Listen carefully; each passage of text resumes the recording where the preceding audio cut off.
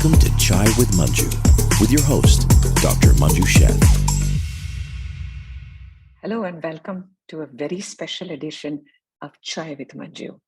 Our guest today is Indra Nooyi. She has been consistently named as one of the most powerful women in the world. She's a trailblazer who made history as the first woman chairman and CEO of PepsiCo. During her term, PepsiCo sales increased exponentially, and importantly, so did the philanthropic work and community initiatives of the company. Her book, My Life in Full, has been a huge bestseller and has been called the blueprint for 21st century prosperity. She has received numerous awards and accolades, including the very prestigious Padma Bhushan. Let's meet her. Indra, it's such an honor to have you on the show. Thank you so much for joining us. And it's a privilege to be here, Manju, and I was so looking forward to chatting with you. So thank you for having me on the show. Thank you. And again, it was such an honor to meet you in person at the MIT event and get a signed copy of your book, which is my prized possession. I read it in 24 hours speed reading. And I have to tell you, I was recently in India and I was amazed by the impact this book has, and also the universal appeal. Now, it's been a year since the book was released. What has been the most satisfying thing for you about writing this book? A couple of three things. One is, it was difficult to write the book because I never wanted to put my life out there. So, I had to think hard about, do I want to do it? But ultimately, I had an objective, which is to talk about childcare and paid leave. And I used my life as informing the journey and why all of these issues were important. I got the book out and two or three things happened. One, brought the issue of childcare, paid leave into the open to talk about it. Added my voice to the others. There have been many other voices talking about it, so I could add my voice too. Second is, I think a lot of immigrants, a lot of women looked at the book and read it and said, we see ourselves in the same story. Many Indian immigrants said, hey, that could have been me. Our lives were about the same. So a lot of people could relate to what I was saying. And I think they felt that they too could make it. So I gave them hope and the fact that, yes, it's a tough slog, but I too can get there. And the third thing is, because the book was honest and talked about all of the issues and the trade-offs, people said, what I'm going through is not unusual. I'm going through all these issues and trade-offs and angst and regrets and joys. It's normal. So I normalized these difficult issues that we have to deal with every day. So I think it opened the Pandora's box and allowing people to talk about all these issues and say, let's collectively figure out a way to address them as opposed to just talking about the issues. That's true. Truly, I think the most important thing is it gave us all hope. So you, of course, have been a trailblazer all your life and you made history as the first woman CEO of PepsiCo. And what you said about performance with purpose is now being echoed across the world in so many corporate world, not just in the corporate world, everywhere. Yeah. What do you think has been your biggest legacy at PepsiCo? Well, performance with purpose was indeed a legacy. But, if I hadn't delivered performance, that purpose would have been diminished. Yes. So it was performance with purpose, performance first. And I think that when I did performance with purpose, I was doing it because I wanted to give young people a reason to come to work at PepsiCo, to say that we have purpose. We're not a purpose-built company like a pharmaceutical company or a hospital, but we're a company with a deep sense of purpose to do something good for society. So come and work for us. And by focusing on purpose, what we did, Manju, is in many ways de-risk the company. By focusing on transforming the portfolio, we could maintain growth. By focusing on environmental issues, we reduced costs and kept a license to operate in societies.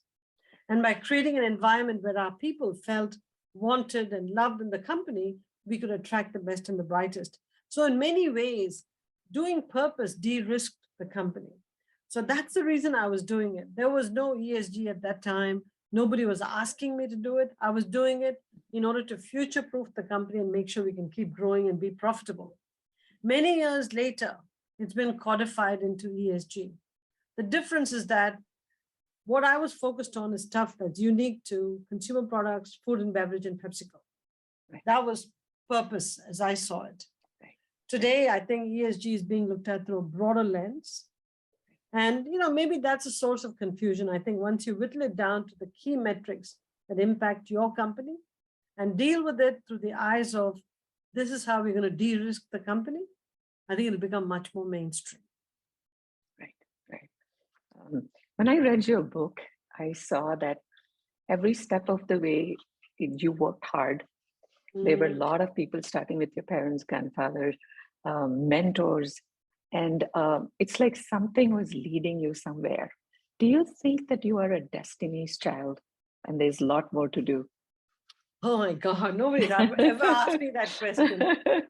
I don't know. Manju, I tell you, I always say that when I was a kid, I won the lottery of life because I was born into a family. I wouldn't say we were wealthy, but we were comfortable, good middle-class family, but a family where my father, my grandfather, and to a certain extent, my mother all believed the girls should be educated as much as the boys, that we should be allowed to dream, to soar, all within a frame. You don't allow them to go out of control, but all within a frame with discipline, focus on education. For a family so soon after independence to think like that is really amazing. So I won the lottery of life there. And then later on, when I got married to Raj here in the United States, I got married to a person and into a family who also believed the same thing, who was so proud of the fact I was working and kept telling me, keep working, don't hold back. So in many ways, I think that I really won the lottery of life when it came to my family and my in-laws and my spouse. And that took away a lot of the problems that I could have had. So, maybe that was karma, that was destiny, I don't know. But if I hadn't had that kind of support, the rest of it would have been irrelevant.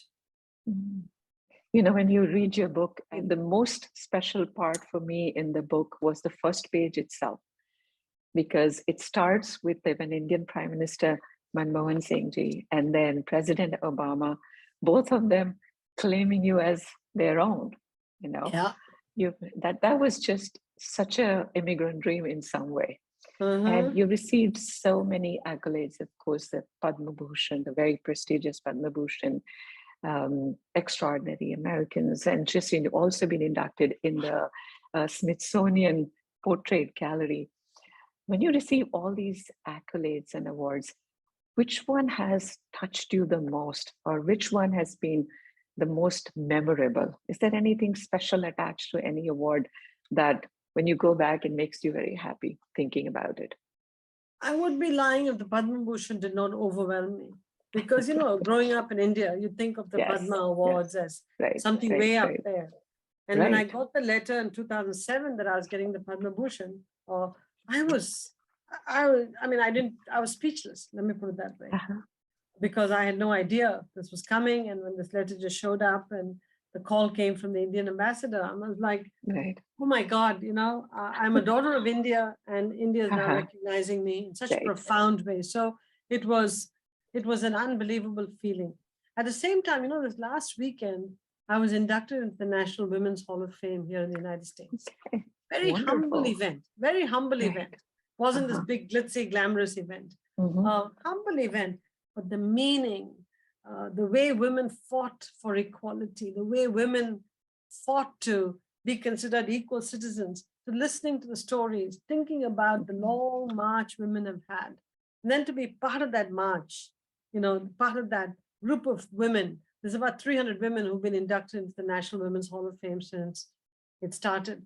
Amazing. To be one of those and to be inducted in that, I have to tell you, there was a point in the ceremony when the induction ceremony started that I was so overcome with emotion sitting on stage, I didn't know how to control my tears. So, this portrait gallery was also unbelievable. Me in the portrait gallery, I didn't even know a portrait gallery existed. So these are all amazing experiences, but the National Women's Hall of Fame emotionally moved me. And then the Padma Bhushan, of course, I still cannot imagine being in the Rashtrapati Bhavan getting that award. So, and you've always been such a huge supporter of women. You've advocated, you've encouraged, you've had the Women CEO Forum in your house. Every step of the way, you've been encouraging women. Is there anybody that you especially look up to or impresses you, or any woman who's been your role model? You know, many people have been my role model for various Uh-huh. issues. I look at people and say, Right. how do they overcome adversity? How are they able to smile through problems? You know, so I look at different people for different things. But I have to tell Right. you, people like Hillary Clinton completely blow me away. I mean, Mhm. she's one of the smartest people I've met. Not just the smartest woman, smartest people I've met. Right. And in face of so much criticism, that she keeps a Right. smile and she keeps going and keeps Right. fighting is Right. simply amazing. I mean, she was at the National Women's Hall of Fame and gave a brilliant speech. You sit there and watching her and you say, my God, what a brilliant, brilliant, brilliant person who's given so much to public service. Right. And then you think about people like Elizabeth Cady Stanton, who was the founder of the American women's suffragette movement going back to 1800s. Right. And you look at that and you go, how far thinking was she?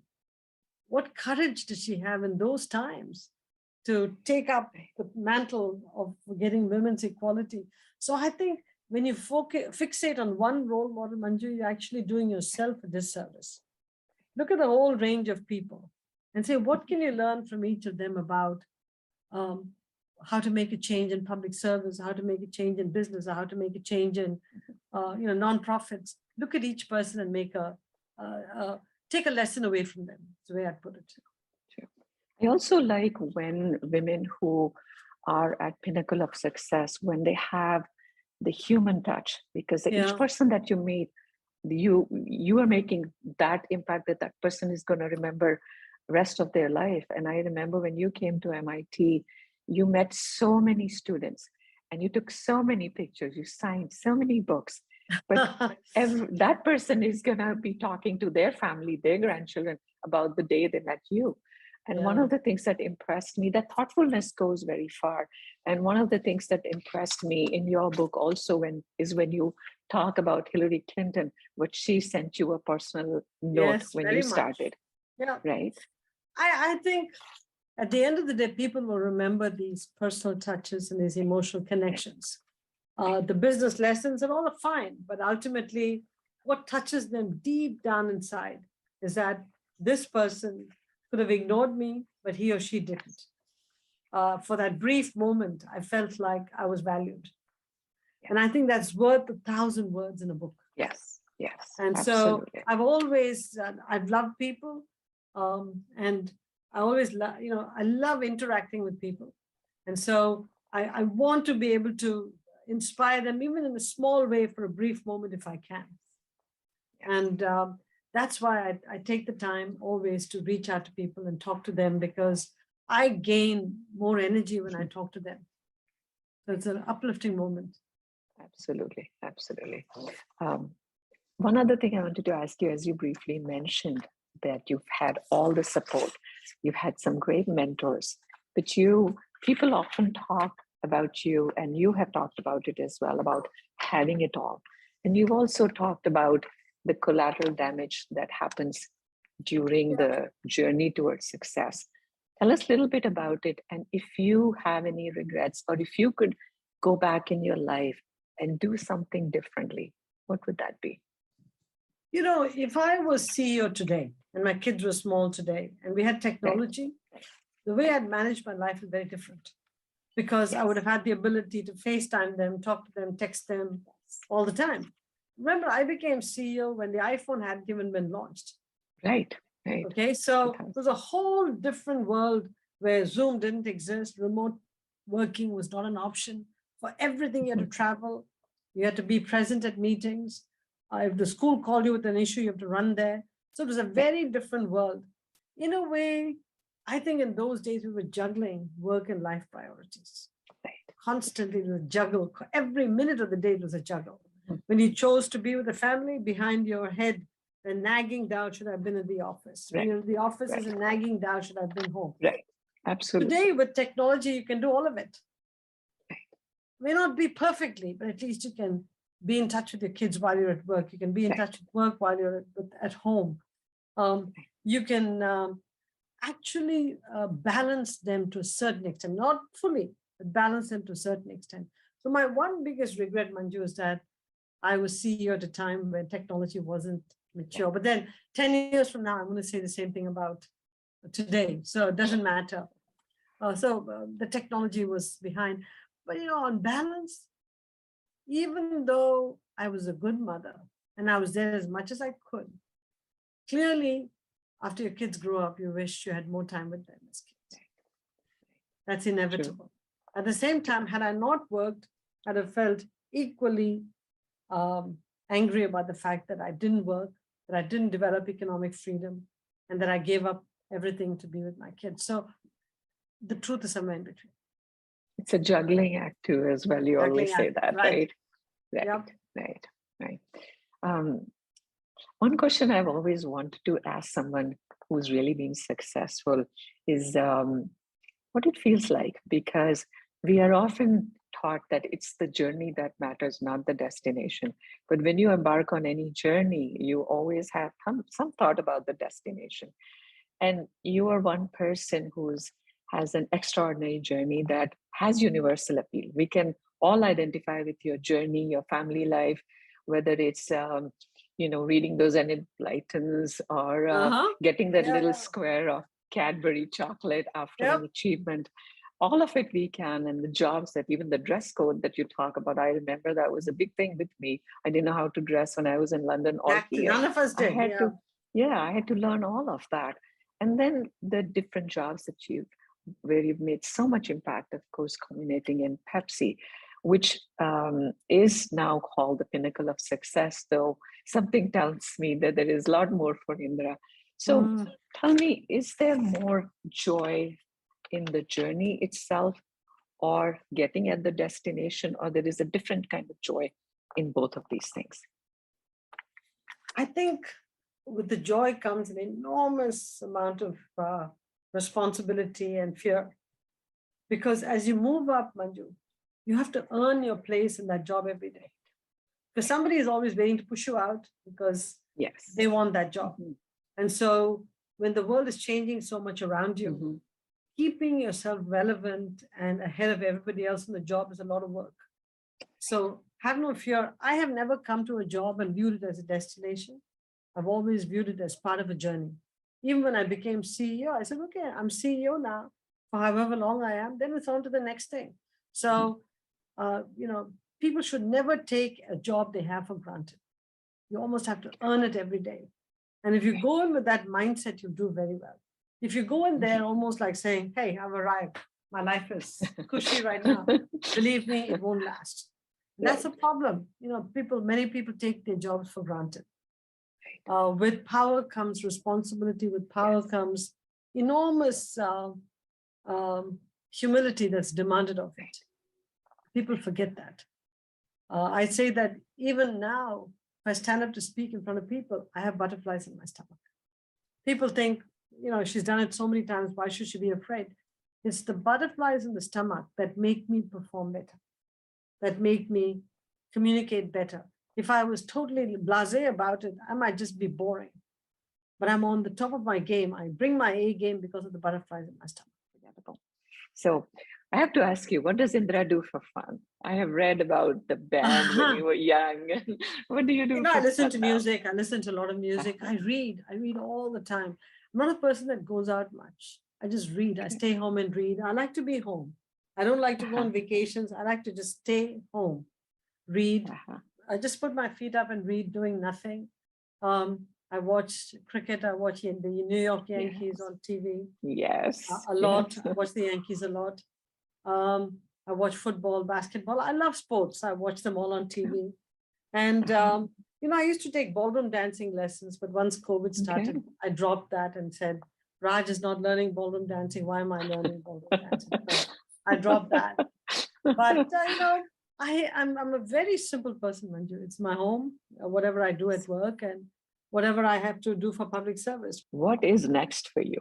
What can be next for you? Right now I'm doing a lot of stuff with nonprofits, and I sit on the board of Memorial Sloan Kettering, the National Gallery of Art, besides the boards of Amazon, Philips. I'm just trying to give back in any way that I can. I mentor a lot of people. And I think it's time to let the younger generation grow and thrive. And to the extent that I can mentor them and help them, I think that's the most important thing. The biggest joy in going to the National Women's Hall of Fame, I took 10 other women with me.